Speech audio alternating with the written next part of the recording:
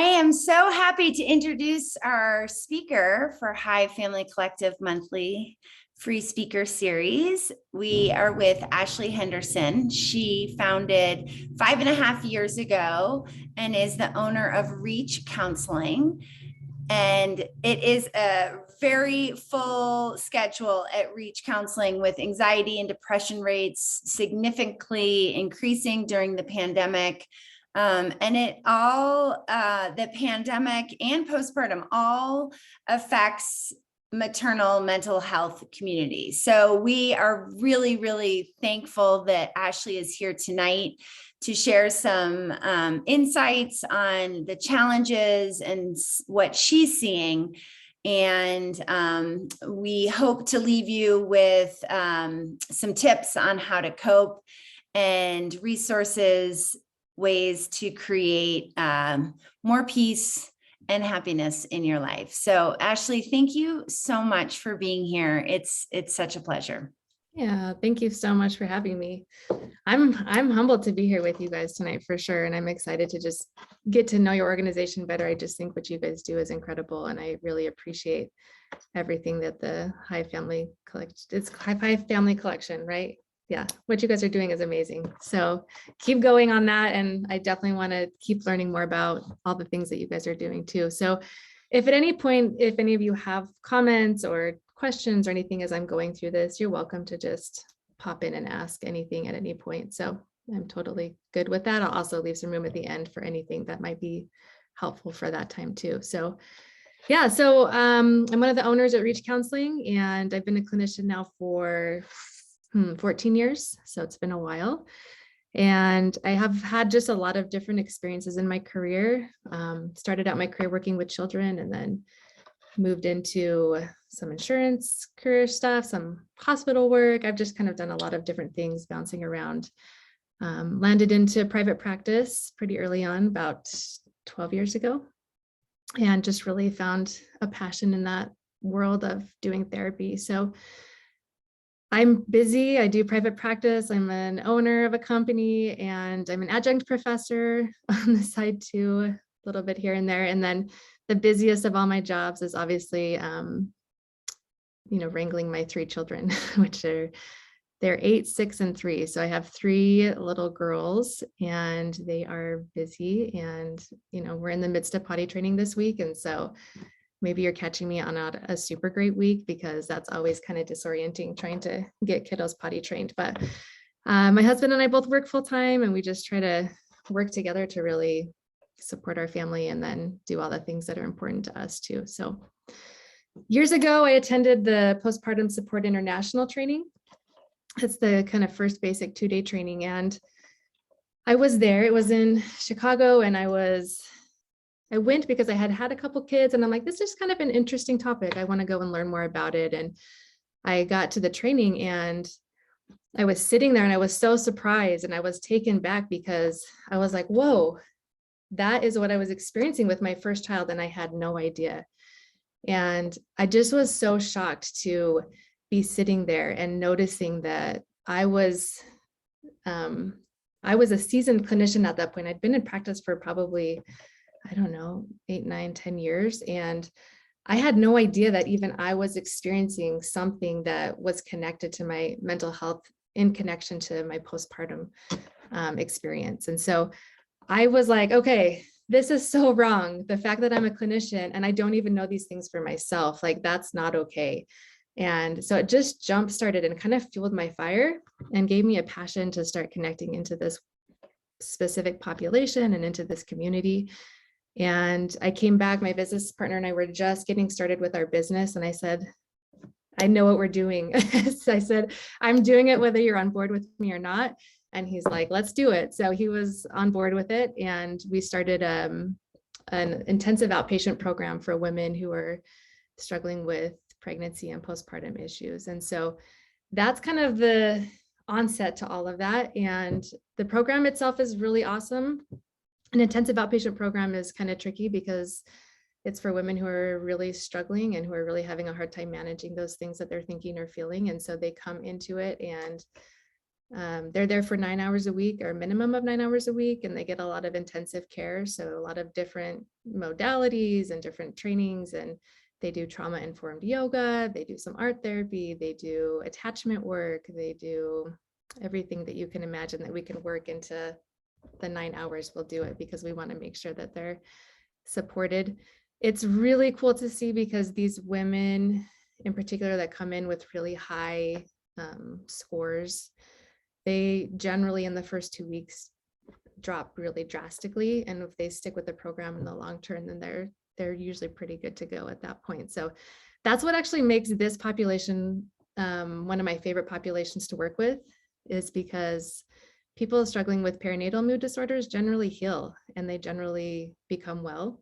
And that is just really fun as a clinician when you're working with people and you're getting a chance to see them really progress and move through things that are really tricky for them. So we also at Reach do just kind of general outpatient stuff too. I'm just kind of giving you an idea of what we do and where I'm coming from and as I'm talking to you today. So we work with kids and teens and we do the whole range of people in kind of just our outpatient program. So groups, all the fun stuff. So I'm going to just kind of dive into some perinatal mood disorder things. And again, if you have questions, feel free to stop me. But nationally, 1 in 7 moms experience a perinatal mood disorder, and 1 in 10 dads also experience a perinatal mood disorder. In Utah, we're actually significantly higher than that. And I believe our statistic right now is 1 in 5 moms struggle with one of these. That's a lot of people when you look at that. We are also one of the highest birth rates in the country. And so, I mean, there's a lot of individuals who are struggling right now, and whether they know it or not, they're experiencing these things. I would venture to say that those statistics might even be off too. I mean, as a seasoned clinician, if I didn't even know I was experiencing those things, maybe other people don't know they are either, you know? And so I feel like just making note that like it is something that's significant and something we need to make sure that we're talking about and opening up the conversation around. So a perinatal mood disorder can include depression, it can include anxiety, it can include trauma, bipolar disorders, it can include psychosis. Now, those things are not super frequent. They don't happen very often. We see a lot more depression, anxiety, trauma, those kind of things are more common. But the other things do happen, and we want to, again, make sure we leave space for those too. So symptoms can appear anytime in the first 12 months of, well, they can actually appear during pregnancy and in the first 12 months of an infant's life. There's actually some research out there that's trying to suggest that maybe even in the first 4 years of a child's life that these can onset. I don't know if that's, if it's totally like done yet on the research part of that, but there's been some notes of that too. So some things people might see: detachment, withdrawal, hypervigilance, sleep issues, irritable outbursts. I mean, there's just so many things and how it can present itself. So if you're feeling kind of off, or if there's something that's happening in your mind that maybe you're not used to, you know, there's a good chance that there could be something going on that you just need to maybe talk about it and make note of. The pandemic itself has brought on a lot of challenges. You know, I think that when we're looking at this, that we spent so much time focusing on the physical aspect of the pandemic that we didn't really pay too much attention to the mental health aspect of it for a while. And so what happened is that all of the mental health struggles just started kind of skyrocketing. And, you know, I think that we don't even know what that means for us yet. I think we're really trying to, at this point, get a gauge of how badly it's impacted us on the emotional side of this. So I got this from the internet. It says, in the first year of the COVID-19 pandemic, there's been a global increase of anxiety and depression, increased by a massive 25%. That's so high. I mean, that just like blew my mind. And it says, according to a scientific brief released by the World Health Organization, there was also noted a 30% increase in postpartum mental health visits. So that's also really high. And it actually surprised me. I'm not surprised, but it did surprise me because, again, we're already kind of struggling. And so for us to then boost us up another 25% seems like a crisis to me. It seems like it's something that is really kind of tricky that we need to figure out how to navigate now. So I would just say in our own clinic, some things that we're noticing is really that increase in depression, increase in anxiety, a lot more anxiety for sure. We're also noticing actually a large increase in postpartum rage. So those would be like really bigger kind of frustrations and outbursts, things that are more kind of on the significant side of that. But we are seeing a lot of that. And I don't know why, there's no research around it yet, but I'm just telling you my observation. We're also seeing an increase in intrusive thoughts. And just to kind of make note of what those are. So intrusive thoughts are images that you might have or thoughts that you might have that are just that, they're intrusive. And when you're having an intrusive thought, it might be in regard to hurting your baby. It might be those kind of vivid images that you might have that causing a lot of distress. I remember when I was, and this is again, where I kind of connected to this, I was like, whoa, that's what was happening to me. I would run, I'm a runner occasionally, and I would run across the bridge with my baby, and I would imagine a car coming and hitting her stroller and it going over, and there was something like a car running over it. It just was really vivid, right? And it was really uncomfortable for me to have those thoughts, and I didn't like them at all. And so I would just not take that route anymore. I would just run in the opposite direction, or I would run around it so I could avoid the bridge. A lot of moms or dads in this situation will do just that. So if, let's say, you're a mom who is concerned about, drowning your baby, that's something that one happens a lot. A lot of times they will like not feel comfortable giving them a bath, right? So things like that. And so they'll have the dad bathe them or someone else come in and bathe them. And, it's not a psychosis thing, right? When someone's experiencing a psychosis, they're not in their rational frame of mind, and they're thinking that what they're doing is maybe there to help or something. It's different, right? This is more kind of an anxious space. We call these intrusive thoughts come in more kind of a postpartum OCD space, and they're just very vivid images. And a lot of times people will overparent during those moments. They'll, like I did, they'll take the alternate route. They won't bathe their kids, or they'll do other things to make sure that they're safeguarded. And that's where that anxiousness kind of comes into play, because I can't do that. I can't go across that bridge, because if I do, then my baby's going to get hit, right? That's not going to happen. Generally speaking, you're probably pretty safe. I strap her in and all of that, and we could run across the bridge safely. And so, those are just things that we want to kind of talk about and open up a forum to just say, hey, like, let's talk about these things. Let's talk about these struggles that you're having. And when you can connect to someone safe and talk to someone that's professionally trained or whatever, and you can say, hey, these are the thoughts I'm having, and just put them out there and find ways to really get some support around things that you're thinking that you don't really say out loud to a lot of people, because they might be kind of intimidating to say out loud. So, but again, things that we want to kind of normalize, because they happen, and it happens actually quite a bit. And I know we're kind of afraid to talk about it, or we don't even know, like me, I didn't even know that that was a thing. And so just being able to kind of put it out there, I think, can be really helpful. So postpartum depression is the most common complication of pregnancy and childbirth.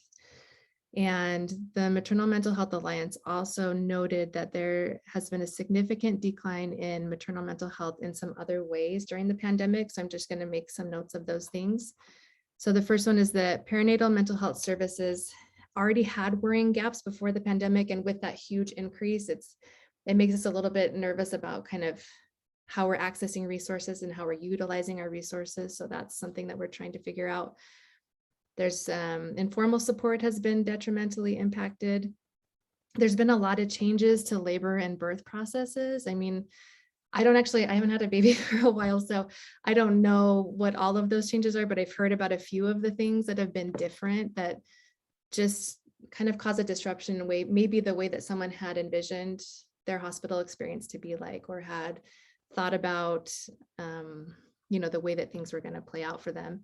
And a lot of the different protocols and things have also just increased a lot of anxiety, because it's different, or it feels more stressful, or there seems to be a lot more kind of caution about it or sensitivity to it. And that just can kind of put us on higher alert. So there's concern for infants and babies. We didn't know for a long time, like, how does this affect us during pregnancy? What happens when someone gets COVID? What happens when babies get COVID? Like, there wasn't a lot of information, and it feels like maybe they're starting to become a little bit more, but there's still some like things that we're trying to understand, I know. And so that just obviously is going to increase our own stress and our own anxiousness. So when we're looking at that kind of pregnancy space where there's all these unknowns and we have to kind of lock in and lock down and quarantine, and we don't know if we're safe or not safe, or there's so much confusion in that and so much stress that gets added into that. And then it feels like such a huge responsibility as a parent, like I'm pregnant and I can't do anything because then I'm choosing to put my child at risk, right? That doesn't seem safe or feel good. And so we just have seen a lot of anxiousness around that. So let's see, shifts in healthcare delivery. There were unprecedented employment rates and financial stress, and we know that those just naturally elevate stress levels anyway. So that's kind of other things that happened during the pandemic. Social isolation, social distancing, fears of COVID exposure for themselves, for the fetus, for the newborn infants. There's just so many things that I don't even think we've taken into account how significant each one of those things are when it comes to managing just our overall mental health, and especially during that pregnancy and postpartum period. So we know now that when someone contracts COVID, that there are also increased risks for preterm birth or other kind of challenges that could present themselves. And again, there's still so much to learn. But doesn't that already heighten our stress levels and heighten our anxiety levels? I know it does for a lot of people that I'm working with. So we know these things, or we're learning about them, or we're trying to understand them.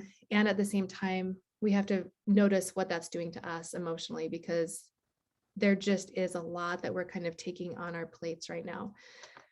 So it just doesn't feel like we totally know yet what kind of impact this has had on us, but we do need to be aware that it is having an impact. And when I'm working with my clients right now, I feel like I'm talking to them a lot about how the pandemic has felt kind of like a shared trauma for all of us. It's felt like we're all just kind of in this big trauma together, and everyone's kind of more stressed about it. Everyone's a little bit more anxious about what this all looks like. And we are just now, literally barely, right, kind of starting to come out of it. But what's happened is there's been so many other kind of emotional things that have been happening around us in the world. And I don't know about you guys, but I felt increased stress from all of that, just all of the other things that are happening around us. And there's so many disturbing things when you turn on the news and when you're, out socially having conversation with people. It seems like there's a lot of increased stress, and you can kind of see it in the way people, if you look collectively, we can kind of see it in the way that people are emotionally responding and reacting and processing through things. And so I think that as we're just coming out of this shared trauma, this is just kind of my personal opinion, is that we'll start to see how we can start to kind of heal from this, because, you can't really heal from the trauma when you're still in it. So we have to kind of move through it and make sure that we're safe. And once we're safe, then we can start to find ways to heal through it and process through it. And so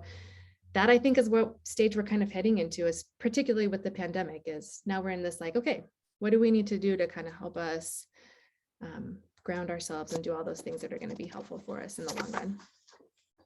So I talk about these things only because I want to increase awareness, not because I want to scare anybody or make this feel too intimidating. Obviously, I'm going to get into a lot of great things that you can do individually to help yourself, but I mostly really do just want to make sure that people know, and that people are okay to talk about it and notice the emotional changes that are happening within you, that are happening with people around you. And also just knowing that you're not alone. I mean, I think there are so many people struggling right now, and there's something that feels so good when people come into our groups. That's the most useful part of the group, is to just be around other individuals who are struggling and just I get it. I'm there with you. I understand it. This is a really hard thing to deal with, or I can hear what your challenges are like, and I can't even imagine what that would feel like. So just people who are there to hear you and listen to you, and also just understanding that they're struggling too, and knowing that you're not alone.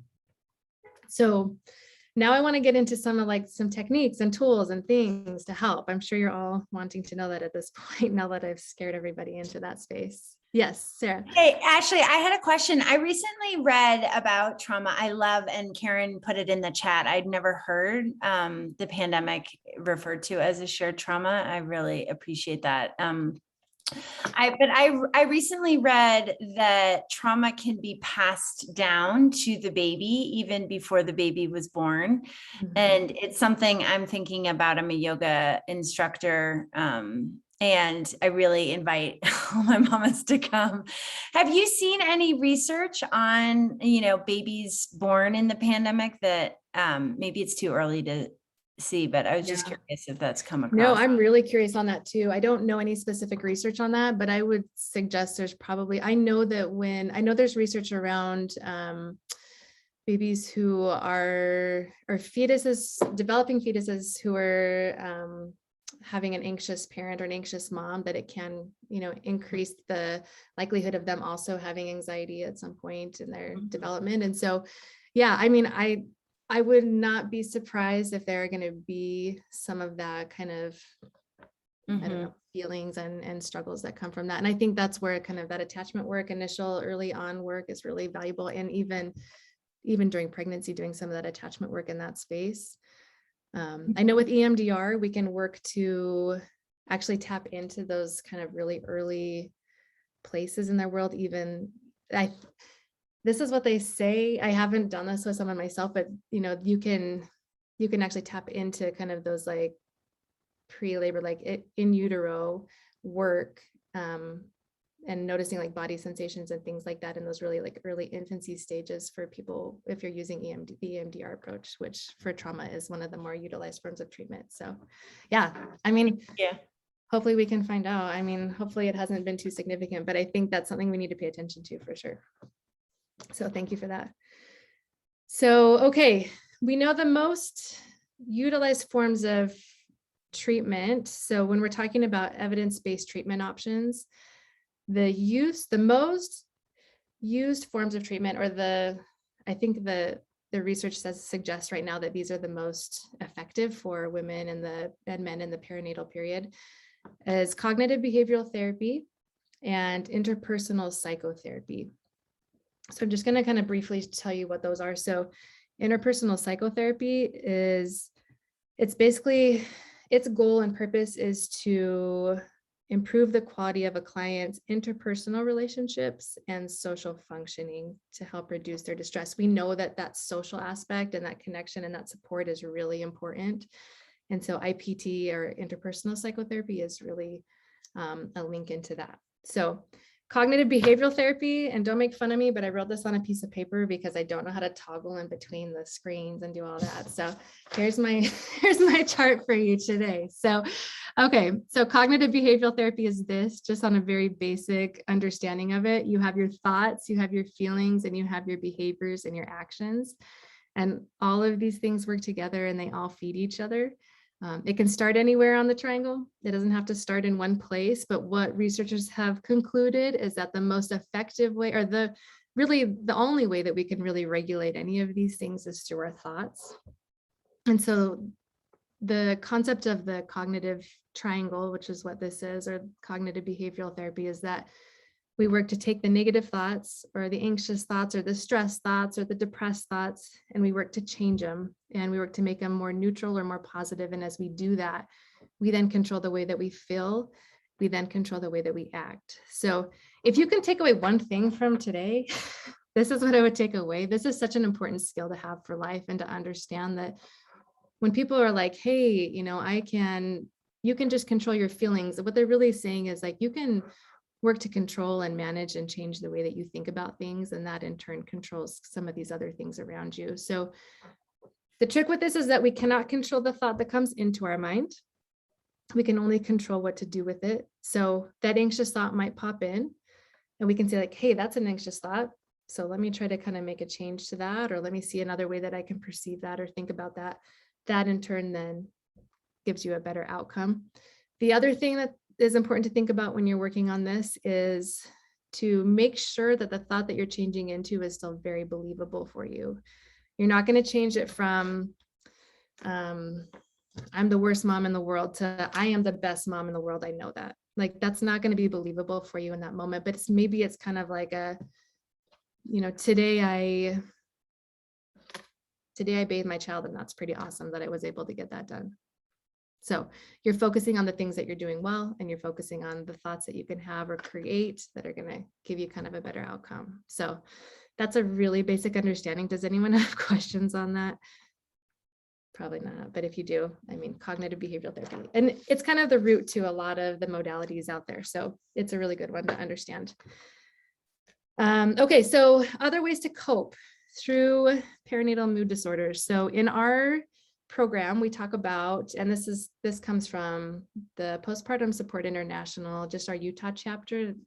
Someone in there kind of developed this, and it's a really cool acronym. So it's called Sunshine. We do little sunshine goals with our people. That's what I was going to say. But so Sunshine. So it's sleep, understand, and understand is like understand what's happening to you or to your mind. Talk to a therapist. The N stands for nutrition. The S stands for support. The H stands for humor. We also add hobbies into that. We feel like connecting to your hobbies is really great. So having humor through things and being able to find joy in things and laugh at things is just so helpful when we're in those distressing places. Information, have the right information, get a correct diagnosis, make sure you know really what's going on with your mind and your brain, and that will give you more understanding on how to manage it. The N stands for nurture, and that's really just self-care, right? Nurture yourself, make sure you're getting a lot of that good self-care time in.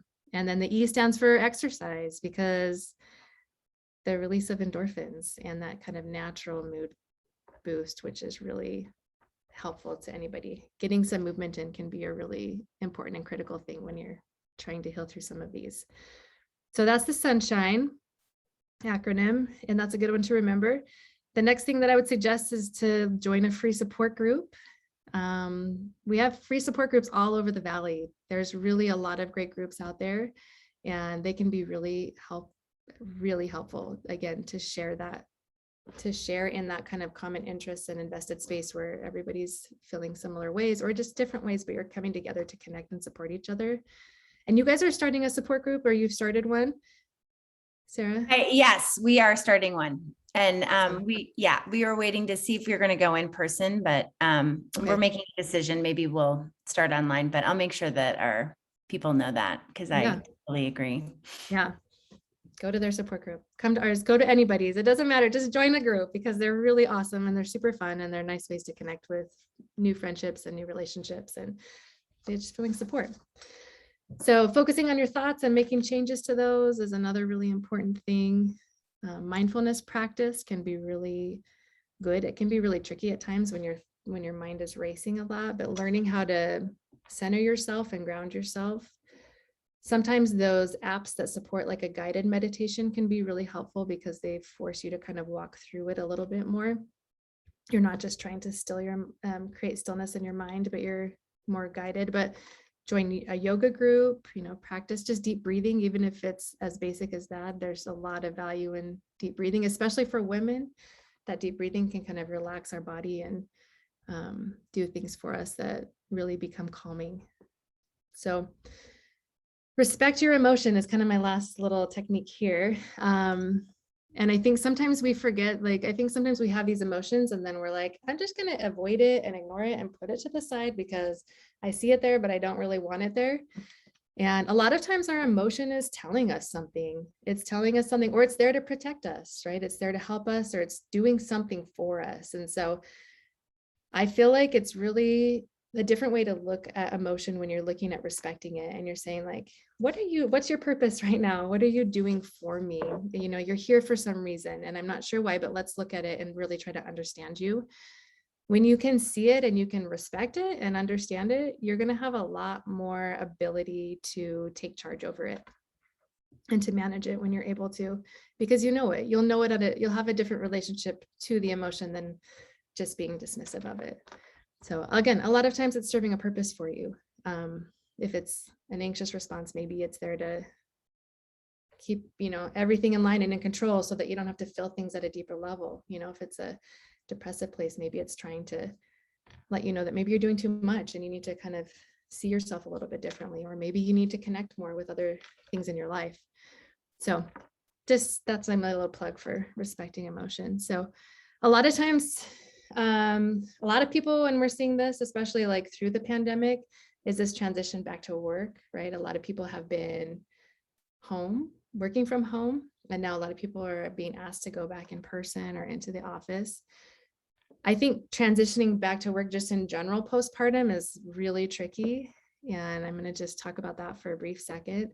When I went back to work after my first baby, I felt all the things. I felt all the guilt, all the, worries I was missing out on everything, and all the stress of trying to balance everything. And then at the same time, I was feeling some of that joy and satisfaction in my job and in my career and what I love to do. And so it was a very confusing space for me where I just felt so pulled in all different directions. And one thing that I learned through that, for myself at least, is that it's okay to feel two different emotions at once. It's okay to hold space for both of those things, that I can feel some of the guilt and worry and concern and stress over here, but I can also feel the joy and connection to myself and to my identity and things that are important to me individually. So I created space for both of those feelings, and that helped me know that it was okay to feel what I was experiencing, and also just be able to notice it and work with it and keep working with it, right? Because those things they're kind of up and down. And especially as I've added other children, like it's just been another adjustment each of those times. It's not like I figured it out the first time and I've got it. The family shifts every time you're doing something different, or there's a change in your life, or there's something else that's come up. You're having to kind of constantly reevaluate, what does that mean for me? And how do I do this? And how do I step back into that space? Or how do I navigate that? And that's all okay. But just know that you can create space for different emotion at the same time. The other thing that I want to just kind of put a caution on, and also maybe a push toward, is this space of identity. So often, I can't tell you how often this comes into my office, is people coming in, particularly women postpartum. They're like, I'm not happy. Okay, well, let's talk about why you're not happy, and all of these things start coming up, right? Because a lot of times we lose ourselves in that space. We lose our identity in the way that we are parenting. We're losing ourselves in that parenthood experience, because truthfully, it really does take a lot of our time. It takes a lot of our energy, it takes a lot of our emotional investment. And so it's very easy, I think, to slip into that space where we can lose ourselves through that process. And so I just want to encourage you and anybody who listens to this to just find themselves and to be able to find their identity and to notice things that they're passionate about, and notice things that are important to them, and notice things that they connect to, or relationships that are good for them. Because being able to maintain your identity is just really valuable when it comes to parenting. And if you can have your own sense of, self-worth and identity and self-value, then it makes the job of being a parent a little bit that much easier. Now, parenthood is always going to be part of your identity. It just doesn't have to be the sole focus of it, I guess is what I'm suggesting, that you can find other things to make sure you're connecting into, to find that joy and happiness for yourself. So I would just say, allow parenthood to enhance who you already are, or who you're trying to become. So let that just be an enhancing part of you, not something that has to change or shift the part of who you are, who you're trying to become, or what you want to be in your life. So therapy is also another great resource to use. And, I'm just going to plug therapy because it's awesome. I'm a little bit biased in it. But I would just suggest, like, anybody who's questioning whether they should go to therapy or not, just go. I think there's so much that can be taught and learned in a space that you have this like non-judgmental space, and you get an opportunity to just be yourself. You get to say and think and feel however you want. And that therapist is there to just guide you and support you in living your best life, not what it is for them, not what it is for someone else. They're there for you. And, as you're finding a therapist that's the right fit for you, there's a lot of great value in that too. And just find someone who you think you can trust, someone who you believe is going to be helpful for you, someone who probably has some specialty in perinatal work if you are concerned or you're dealing with a perinatal mood disorder. There's a really cool website that was developed a year ago, and I don't know if anybody knows it, but maybe you guys can list this somehow. I don't know. It's maternalmentalhealth.utah.gov. And this website allows you get to jump into it and you get to list your insurance and your location and all the things. And then it will populate all of the perinatal trained specialists that are in your area that accept your insurance. It just was developed and it's so awesome. It's such a great resource for us to have, especially here in Utah, where we can really link into people who are struggling in that way. So there's that. And then the other resource that I would share is this Postpartum Support International.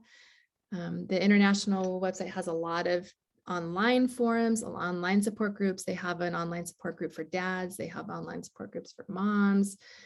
They also have local postpartum support.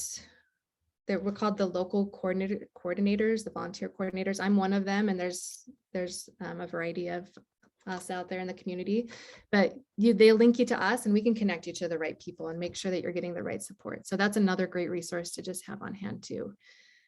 And then just, most importantly, don't be afraid to talk about your experience with people around you. A lot of other people are going through it too, like we talked about, and we do need more voices. And I love when people are able to share their story and be an advocate. I know obviously you guys are working hard at being advocates in the community, and we just need more voices to help people know that they're not alone and to help people know that these struggles are normal in a lot of ways. And it doesn't make them great struggles. It just means you're not alone as you're facing these things, and know that seeking help can be important and it can give you the right direction and skill set to heal. And just know that you can be well. Like I said, this is such a great population for me to work with because people really do heal through it. And it's really cool to see people have success through those moments. I would just say, know that people are here to help. I think there are a lot of us in the community that want to be there for the individual. We want to be there for your story. We want to hear what you have going on, and we want to make sure that you're getting the support that you need. And we have a lot of great resources that we can connect you into. If maybe it's not us, but we probably know somebody that can help you, or maybe it is us, just there's so many things that we can do to support you. So one of the things that I love knowing about times when we struggle and times when we have challenges is that we can learn through them and we actually grow through them. We have a greater ability to tolerate things as we go through different challenges. There's something called post-traumatic growth, that as we go through trauma or shared trauma or anything like that, our brains are actually growing and evolving and expanding into something that allows us to be more than what we were before. And so helps us become more resilient. It helps us become just maybe a greater individual for ourselves and know ourselves even that much deeper. So know that like you can all be well if you're dealing with one of these things. And I just really appreciate the opportunity to come in and share some of the things that I know and the things that I get to see and work with on a day-to-day basis. But again, I just really appreciate everything that the Hive Family Collective is doing to bring awareness and resources to people in the community. And that's all I've got for you. So thank you for letting me talk. If there's any questions, I'm happy to answer anything at this point. So.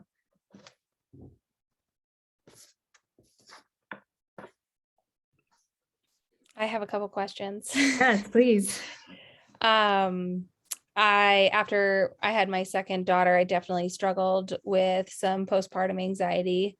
And I know how, and this was even pre-pandemic, like how isolating and like limiting those like early days can feel. And I love your tips of like, try some meditation, try some yoga. But I also know that on one side, like when you're really in the thick of it, like just getting in the shower feels like a challenge versus, taking 5 minutes even to meditate. Like it feels like everything is this unbelievable mountain to get over or through. So I guess what my first question would be, if joining a yoga group or doing a 5-minute meditation feels insurmountable, what is like one thing that you can do when you just feel so overwhelmed and paralyzed by like what you're going through, to just take an initial step? Yeah, this is such a great question. And it's one that I feel like we have to zone into with so many people, because those those other steps, they really do feel big, right? My biggest suggestion in those moments is to just get through the basic things of your day and notice those as success. And that's sleeping, that's eating, that's maybe getting a little bit of movement in, even if it's walking out to the front door and back in, I mean, just something as simple as that. And I think breaking down those steps into really small incremental steps to notice that you have to, here's how human behavior works. So you have to feel like you can do it, right? You have to feel success in it. And if you feel success in it, you'll want to do more of it. So you never want to be like, I'm going to go do the 5-mile walk today. It's like, today I'm going to walk to the door and back to the couch. Awesome.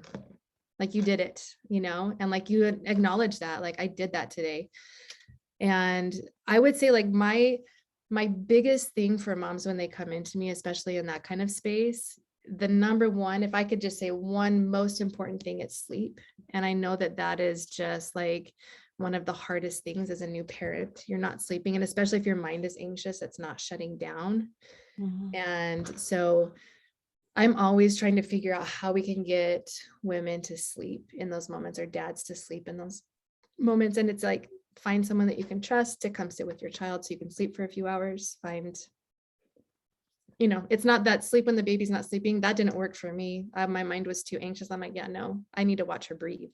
So I'm going to sit here and watch her breathe instead, because that seems more important. And it's not. But if someone was sitting there watching her breathe for me, then I could sleep. Right. So that's always my biggest thing is sleep, but just the basics. And I think like what you're describing is where a lot of people fall into and feel those things. So thank you for that question. I don't know what worked for you when you were in that space. Did you find something that was really helpful? I kind of similar to what you had said, which is, and I've actually found this even all through like college and everything else is, and even today, like at work, if I look at everything that I need to do as like a larger picture, there's so much anxiety in it, instead of just being like, I'm not going to look at my whole to-do list. I'm going to look at two pieces. Like, what are my most, two most important pieces? And yeah, like maybe that is my whole day is revolving around getting in the shower. And then once I do it, like I've won. But yeah, I definitely think there was a huge also piece, like you said, about the sleep is when you finally did get that amazing night's sleep, even though you woke up and like you were totally engorged and like uncomfortable, there was just like that night and day difference of how amazing you felt. So yeah. No, I love that you were like, I acknowledged my success there. Like I showered today and that was a huge win. And we have to notice that stuff. I think so often we notice the things that we're not doing well at, or what we think or perceive us not doing well with. And ultimately we're doing a lot of great things still, maybe we fed our child that day. Maybe we, I don't know, made a phone call. Maybe we did something small.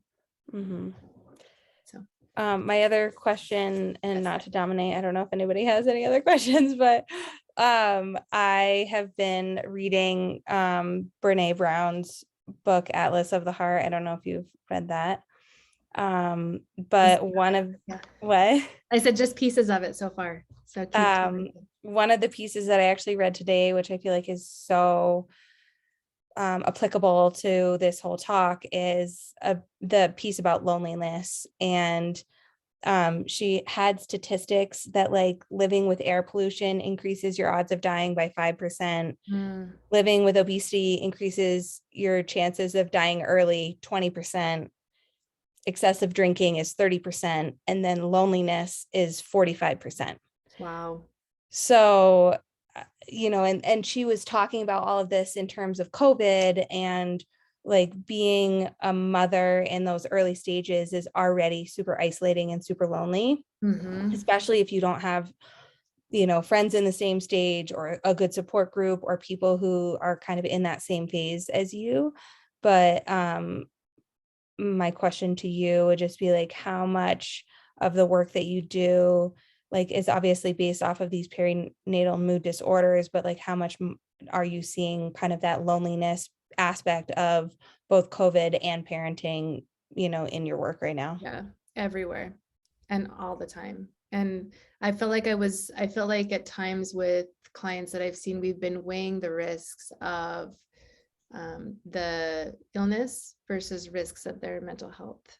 And at some point I've paused with a lot of people that I've worked with and said, okay, let's look at the risks. Which one is actually a more detrimental risk to you right now? And that's a hard decision to make when you're looking at your physical and your emotional health and you're trying to weigh those out. So yeah, I mean, all the time. And especially in the perinatal community and with the pandemic, we know that social support is one of the most influencing factors to somebody's healing. That's why these support groups are so valuable. And that's why what you guys are doing is so valuable, is connecting people and helping them feel a part of something in a community. That's one of the best factors in helping people move through it. So when they're not getting it, and to hear that statistic, that's sobering, right? That 40% is.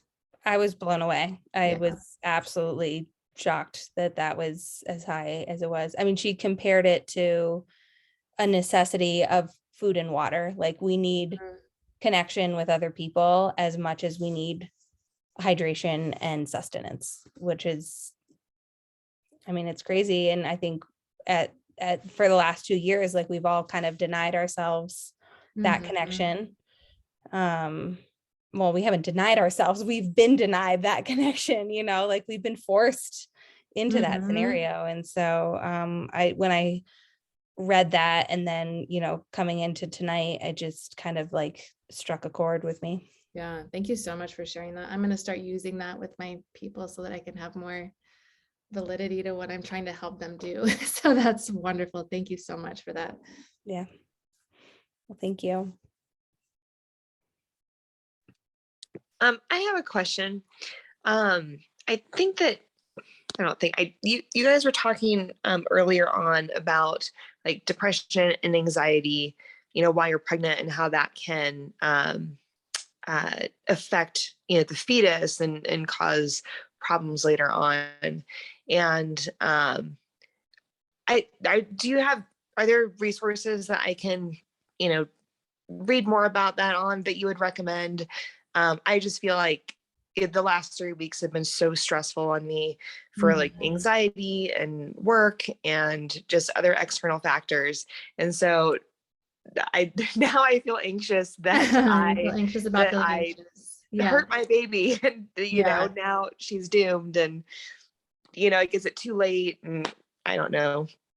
And I would say no to that, and not at all. And the reason why I want to even bring that up is because I feel like it's just important to know how important it is to make sure that you're caring for yourself, right? And so I think the anxiety rates that they're talking about more when it comes to impacting the fetus are really heightened anxiety. Those could be like panic attacks and things like that, where maybe they're a little bit more elevated anxious attacks. And so just, stress and anxiety is most likely not going to influence it in that negative of a way, aside from just understanding the value and the importance of making sure that you're caring for yourself. So as far as statistics and things to understand with that, a lot of that information comes from just the Postpartum Support International resources that they have listed. And they have a ton of things on their website. That's a great website to just refer to and to get any kind of detailed ideas on what that looks like. But I would just suggest that you don't feel anxious about being anxious. Like, it's okay that you're having stress during pregnancy if that's what you're experiencing right now.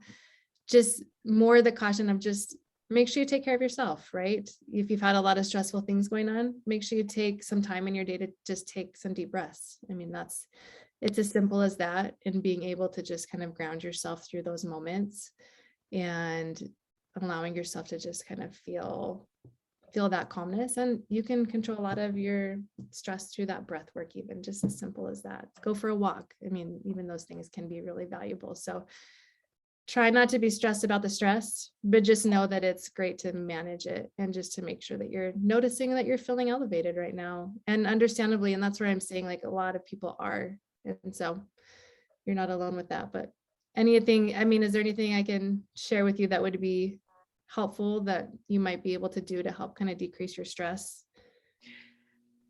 I mean, I think that I am aware of good coping mechanisms. I try and do a mindfulness meditation at least once a day. Sometimes it's only 1 minute, but sometimes it'll be 10 if I try.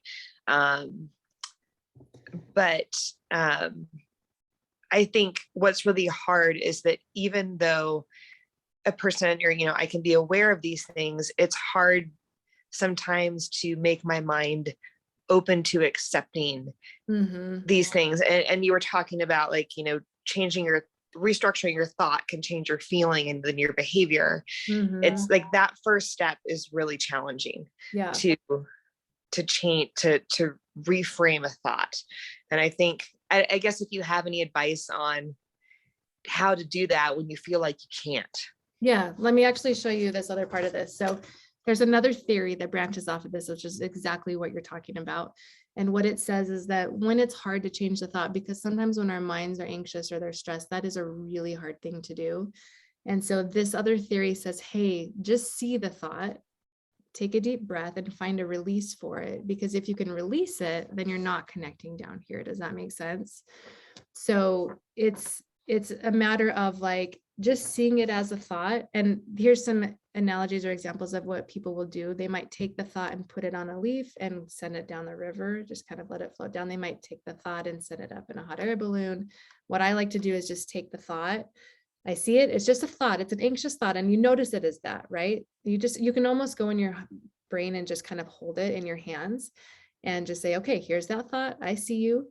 And what I like to do is just take a deep breath and release it. And when I release it, I imagine that thought just kind of coming out and going into the world. So then it's not connecting to this emotional part of myself. So something like that can be a lot more simplified in that way, and know that like it'll come back, right? It's going to come back again, and you can keep releasing it because it's just an anxious thought. That's all it is. And we don't want to give too much weight to it, but we want to acknowledge it and notice what it's doing to our bodies. So I don't know if that helps, but that's another technique that people like to use when it's difficult in making that adjustment. Thank you. It's definitely worth trying. So. Yeah. And just get some support, right? So you have some, I mean, if that technique doesn't work, like talk to somebody and get some support around other techniques that might be applicable for you. Thank you. Yes. Thank you for that.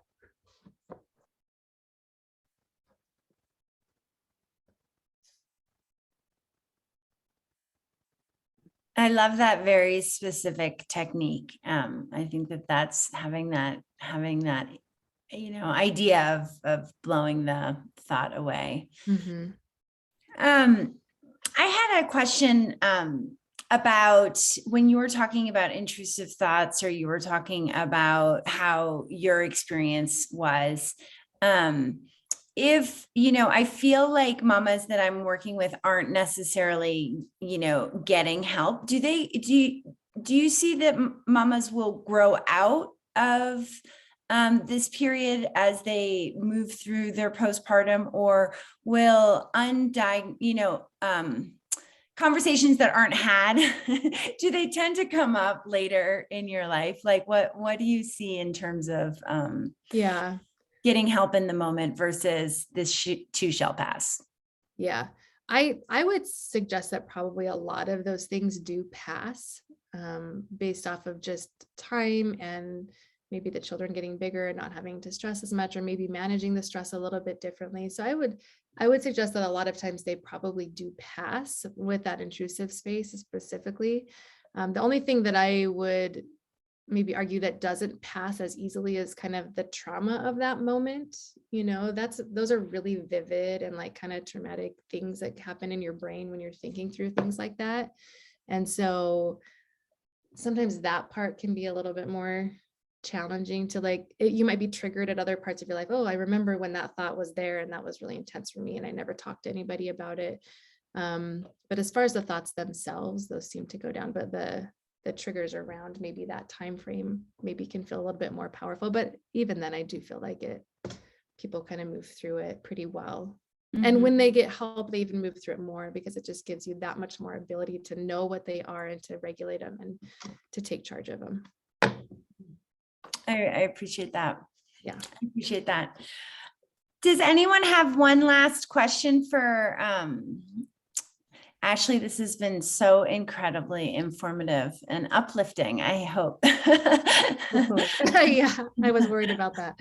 I do suggest everyone taking a couple deep breaths, though. There is a lot yeah, going it's on. heavy. It's heavy to go through these things and talk about them. But we need to be aware of them, you know, that's the part of that that's hard. I know. And especially, you know, Hive Family Collective really does exist in heart to help connect our community to resources. We don't, you know, we don't have the answers, but we, like you said, you know, often we know someone who might be able to help. So if anyone who's listening can't find what they're looking for, they're always welcome to reach out. I know to Ashley at Reach Counseling, as well as to Hive Family Collective, and we will work hard to get you connected. It means a lot to us. So, well, with that said, we like to end on time. We honor time. So I'm going to stop the recording.